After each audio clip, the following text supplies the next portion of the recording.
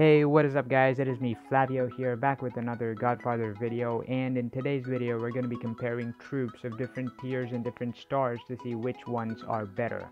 So this video will help you decide whether you should max out the stars of your lower tier troops before upgrading the stars of your higher tier troops, or whether you should focus on your higher tier troops and ignore maxing out the lower tiers.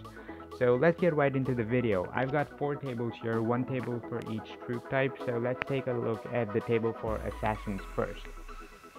Okay, so here is the table that shows the stats of the assassins. You can find the stats of the assassins of any tier level and any star level using this table. So for example, tier 1 assassins at 0 stars have an attack of 34 and HP of 350. And in the same way, tier 6 assassins at 6 stars have an attack of 362 and HP of 3675. So that's how you find the stats of the assassins. There's another column called the upgrade effect, which shows you the amount by which your attack and HP will increase for every star upgrade. So for example, when tier 1 troops are upgraded from 0 stars to 1 star, or from 1 star to 2 stars, their attack will increase by 12 and their HP will increase by 120 per star upgrade. In the same way, for tier 2 troops, their attack will increase by 13 and HP by 130 per star upgrade, and so on. Then there's another column called the advantage required, which shows you the number of extra stars required for troops 1 tier lower to beat troops that are 1 tier higher than them. So for example, in case of tier 2 troops with no stars, you would need tier 1 troops at 3 stars to beat them. In the same way, for tier 4 troops with 2 stars, you would need tier 5 troops with 5 stars to beat them.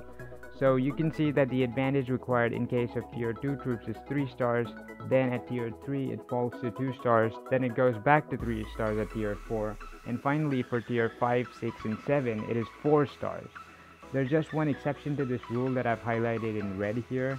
That is, in case of tier 6 troops at 2 stars, they will still be able to be tier 6 star tier 5 troops in spite of the 4 star advantage. Looking at this table, I think it makes more sense to focus on upgrading stars of higher tier troops whenever you unlock them, instead of maxing out the stars of your lower tiers first, since you can get the higher tier troops to be better than your lower tiers just with a few star upgrades. Now below is the table for bombers. It is the same as the table for assassins, just with different stats. You can pause the video right now to take a look at the table, and I'll move on to the table for massacres and drive-bys in a few seconds. Okay, so here are the tables for massacres and drive-bys. Again, these tables are the same as assassins and bombers except for the stats. And obviously, since there are no tier 1 drive-bys, the tier 1 row for the drive-by table is blank. So you can pause the video right here, take a look at these tables. I've also added links to download these tables in the description below, so you can download them if you want to. So that's all I had for this video. Hope you guys got to learn something new in this video. Thanks for watching, and I will see you guys in the next video.